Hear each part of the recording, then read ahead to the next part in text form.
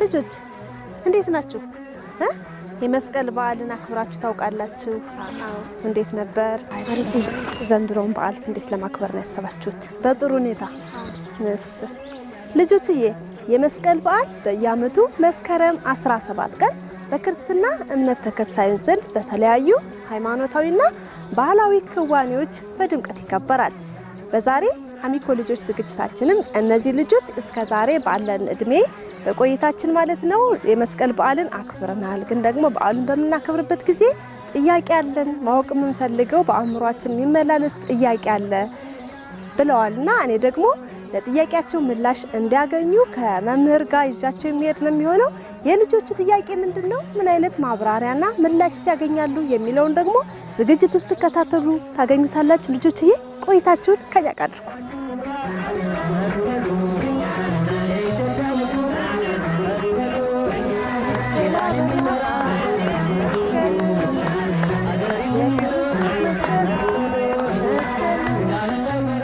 ልጆች እንግዲህ በጥያቄዎቻችሁ መሰረት መምህር ጋር ይዣችሁ መጥቻለሁ።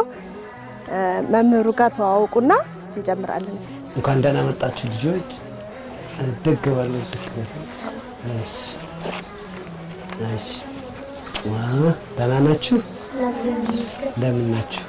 እኔ መምህር ዘላለም እባላለሁ። የትርጓሜ መጻሕፍት መምህር ነኝ። ስሜ አሁን እጃቼ ይባላል። ክፍሌ አራተኛ ቢ። ጎበዝ።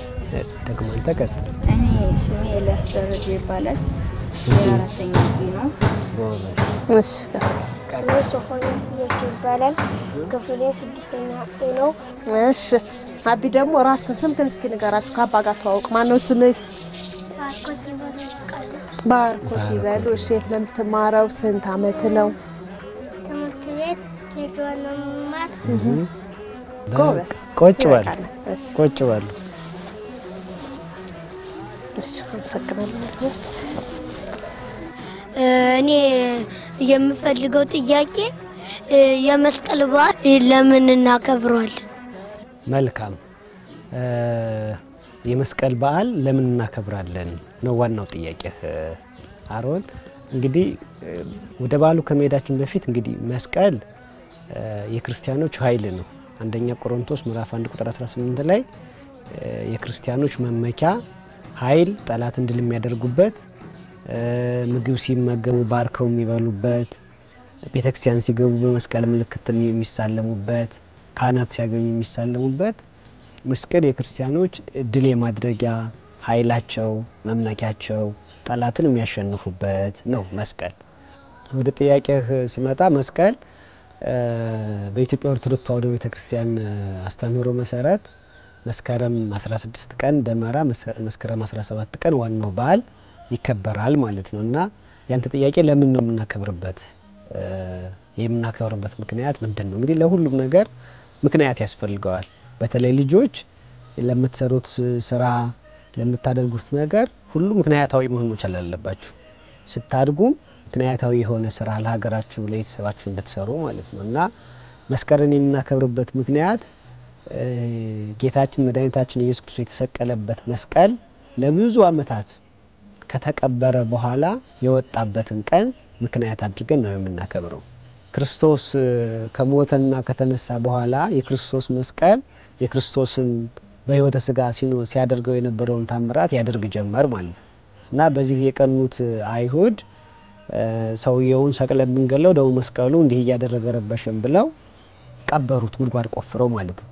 ጉድጓድ ቆፍረው ቀበሩትና ጉድጓድ ቆፍረው ከቀበሩት በኋላ ሌላ ሰው መጥቶ መስቀሉን ቆፍሮ እንዳያወጣው ከመስቀሉ ላይ ቆሻሻ መድፋት ጀመሩ። ለ300 ዓመታት እና ከዚያም በላይ እያመጡ የከተማው ሰው በሙሉ ከተቀበረበት መስቀሉ ከተቀበለበት ላይ ቆሻሻ ይጨምሩበት ነበር። ጥራግ፣ የቤታቸውን ጥራግ፣ የከተማውን ቆሻሻ፣ ካውነኛ ሀገር ቆሻሻ እየተለቀመ ይደፋ አይደለ? እንደዛ ያንን እየወሰዱ መስቀሉ ላይ ነበር የሚያደርጉት። እና ያን እንኳን ሰው ቆፍሮ እንዳያወጣው ለማሰሳት 3 ቦታ ላይ ለዩና አንድ ቦታ ላይ መስቀሉ የተቀበረበት ነው። ሌላ 2 ቦታ ላይ ደግሞ መርጠው 3 ቦታ ላይ ቆሻሻ እየደፉ ተራራከለ ማለት ነው። እና ከ300 ዓመታት በኋላ የታላቁ ንጉስ እናት ንግስት እሌኒ ወደ ኢየሩሳሌም ሄዳ መስቀሉን ለማውጣት ስትፈልግ አጣችው ማለት ነው። በኋላ አንድ ኪራኮስ የሚባል ሽማግሌ አባቶቻችን ድሮ ከሶስቱ ተራራ በአንዱ የክርስቶስ መስቀል ተቀብሯል እያሉ ይነግሩን ነበር እሱ ይሆናል አላት እንዲያውም ምክር መከራት ሰንድሮስ የሚባል ነጭ ዕጣን ታውቃላችሁ ግን ይሄኛው ደግሞ ከዛ የተለየ ሰንድሮስ ስሙ ሰንድሮስ ይባላል በጣም ነጭ ዕጣን እሱን ዕጣን ብታጤሽበት መስቀሉ ያለበት ይነግርሻል አላት ወደ ሶስቱ ተራሮች ሄደችና ዕጣኑን አጨሰች ማለት ነው ደመራ ደምራ ዕጣን አጨሰች ያጣኑ ወደ ላይ ሽቅብ ወደ ሰማይ ደርሶ ተመልሶ ከአንዱ ተራራ ላይ አረፈ ማለት ነው ከዚያ በቃ ቆፍሩ የጌታዬ መስቀል የተቀበረበት ይሄ ነው አለችና መስከረም 16 ቀን ደመራ ደምራ መስከረም 17 ቀን መቆፈር ጀመረች ማለት ነው እንግዲህ ልብ በሉ ከመስከረም 17 ቀን ጀምሮ እስከ መጋቢት 10 ቀን ሲቆፈር ነው የቆየው ወደ 6 ወር የሚጠጋ ማለት ነው ከመስከረም 17 ቀን እስከ መጋቢት 10 ቀን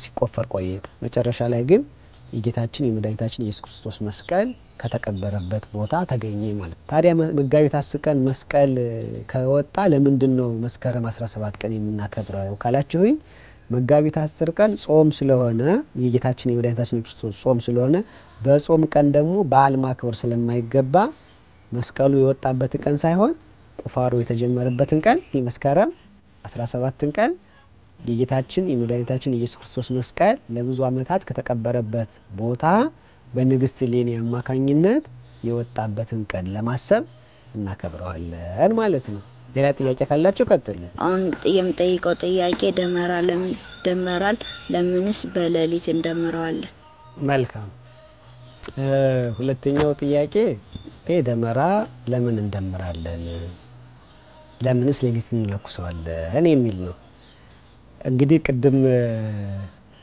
በስናየው በነበረው ጥያቄ መሰረት የጌታችን የመድኃኒታችን ኢየሱስ ክርስቶስን መስቀል ሌሊ ለማውጣት ጭስ ማጨስ ነበረባት ዕጣን ሰንድሮስ የሚባል ዕጣን ማጠን ነበረባትና ዕጣኑን ለምታጠንበት ሰዓት እንድታገኝ እንጨቶችን ሰብስባ መስከረም 16 ቀን ደመራ ጀምራለች ማለት ነው ከዚያም በኋላ ደመራውን ለኮሰችው ደመራውን ከለኮሰችው በኋላ ከሚወርደው ሰዓቱ እንጨቱ ነዶ ሲያል ከፍሙ ላይ ዕጣን ጨመረችበት ማለት ነው ስለዚህ ዛሬኛ የምንደምረው ደመራ ያኔ እሌኒ መስቀሉን ለማግኘት ደመራ ደምራ ስለነበረ በነገራችን ላይ ደመራ ማለት መጨመር አንድ መሆን ማለት ነው እንጨቶች ተሰባስበው አንድ የሚሆኑበት ነው ደመራ ማለት መደመር አንድ መሆን መጨመር ነውና እንጨቶቹን ሰብስባ እሌኒ አንድ አድርጋ እሳት አቃጠለቻቸው ማለት ነው ለምንድነው ሌሊት ብዙ ጊዜ የምንለኩሰው እንደ አካባቢያችን ባህል ነው እሌኒ 16 ቀን ማታ ምሽት ስለደመረችው እኛም ሌሊቱን ምሽት 16 ቀን ወደ 17 ምሽት ስለደመረችው እኛም ሌሊት ተነስተን ደመራውን እናቃጥላለን በዛ ምክንያት ማለት ነው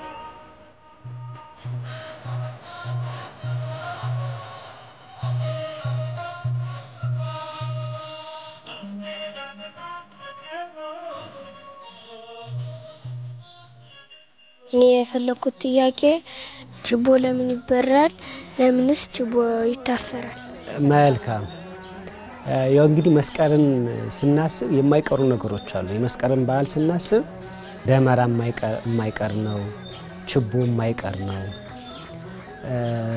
እና ደመራና ችቦ መስቀል ሶስቱ አብረው መሄዱ የበዓሉ ገጽታ ናቸው ማለት ነው ስለዚህ ችቦ የምንለው ተቀጣጣይ የሆኑ ጥቃቅን እንጨቶች ሁሉም እንጨት ችቦ አይሆንም እንደምታውቁት ሊያበራ የሚችል ተቀጣጣይ የሆነ ብርሃን የሚሰጠን እንጨት ተመርጦ እሱ ባንድ ላይ ጥቃቅን እንጨቶች ባንድ ላይ ታስረው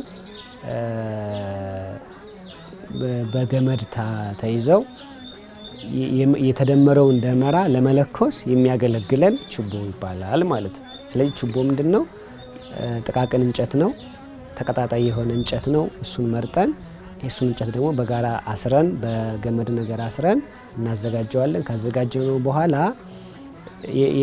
የሰበሰብነውን የደመርነውን ደመራ ለመለኮስ የሚያገለግለን የእሳት ማቀጣጠያ መሳሪያ ነው ማለት ነው እሱ ችቦ ይባላል ደመራው ከተደመረ በኋላ የሚወርደው ፍም ላይ አንዳንድ ቦታ ዳቦ ነገር ይጣላል አንዳንድ ነገር ደግሞ በቆሎ ነገር እንጠብስበታለን እንግዲህ እንደየአካባቢው ደግሞ የላ ቦታ ሌላም ሊደረግ ይችላል እና ይሄ አካባቢያዊ ባህል ሆኖ ነገር ግን ምንድነው የሚያሳየው በመስቀሉ ያገኘነውን ሲሳይ ያገኘነውን በረከት አሁን ቅድም ብያችኋለሁ መስቀል ሲወጣ የታመሙ ሰዎች ተፈውሰዋል አይናቸው የታወረ በርቶላቸዋል አንካሳ የነበሩ እግራቸው ተስተካክሏል ጆሮአቸው ማይሰማ ጆሮአቸው በርቷል አሁን ይሄ በረከት ነው በመስቀሉ ከጉድጓዱ በመውጣቱ የምናገኘው በረከት ነው ስለዚህ እናንተ አሁን የመስቀል ምንነት ተረድታችኋል መስቀልን ምን ማድረግ እንዴት አድርጋችሁ ማክበር እንዳለባችሁ ማወቃችኋል ስለዚህ እናንተ ችቦ ገዝታችሁ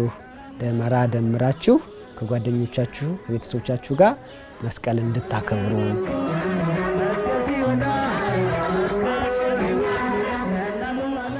በእናንተ መልካም በዓል ለቤተሰቦቻችሁም እንዲሁም ለጓደኞቻችሁ መልካም በዓል ይሁንላችሁ መምህር ለጥያቄያችሁን ሁሉ መልስ ስለሰጡን እናመሰግናለን እኔም አመሰግናለሁ ልጆችዬ እነዚህ ልጆች እንግዲህ ቀደም ሲል የመስቀል ደመራ በዓልን በተመለከተ ያልገባቸውን ጥያቄዎች ከመምህር ጠይቀው ምላሽ አግኝተዋል ማለት ነው በቀጣይ በጋራ ከልጆቹ ጋር ማለት ነው ችቦ ምን ሰራ ይሆናል ችቦ ከሰራን በኋላ ደግሞ የመስቀል ደመራን በዓል አብረን ምናከብር ነው የሚሆነው ልጆችዬ የዛሬ የመምህሩ ጋር የነበረን ቆይታ ተከታተላችሁትን ይመስል ነበር በቀጣይ ግን ሌሎች ዝግጅቶች ይቀጥላሉ እናንተ ብቻ ምርጫችሁን አሚኮ ልጆች ላይ አድርጋችሁ በደንብ ተከታተሉ